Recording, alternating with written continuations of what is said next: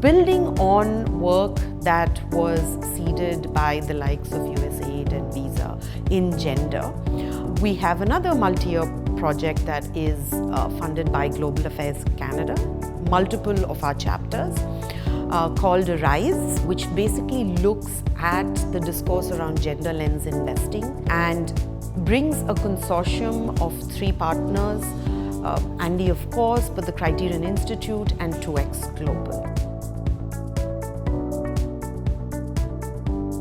I would say it's very different from the usual workshops, where here it made you think, go beyond your comfort zone and look at the macro level and think about things that you generally don't do on a regular basis.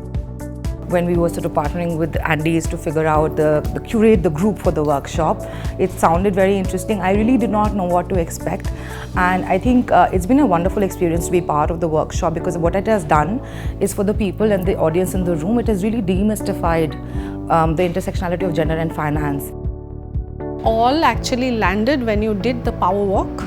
I have done power walk with gender and caste, but financial inclusion is something that I was quite blown away. It was very interestingly done, so you got my attention from there. It's really set the tone for the conversation. It's a very heavy, dense topic. To decode and demystify it is not easy, but at the end of it, with the 5 strategies, I felt you have demystified it for me to some extent.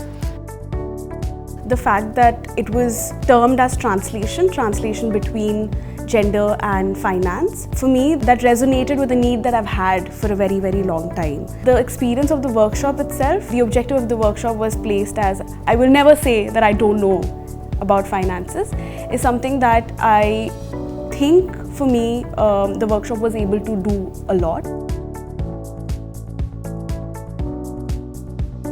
Pointers which are given as to, one, about the investor lens on the gender, how this, and how you need to build a narrative for a social change to bring the investment, because money comes where they feel that yes, we are making our very good investment. How you think that it's a good investment? If your story is good, if your narrative is good, if your outcome, what you are proposing is good, no? At that point of time investors come. In that way, the toolkit provided in the workshop has been really useful, and that will be useful in our regular work also. I think it covered everything quite well. What I would like to see is for the CSOs be provided a little bit more hands-on support, because oftentimes that's what they need in their journey towards becoming a translator. Gender budgeting going down continuously.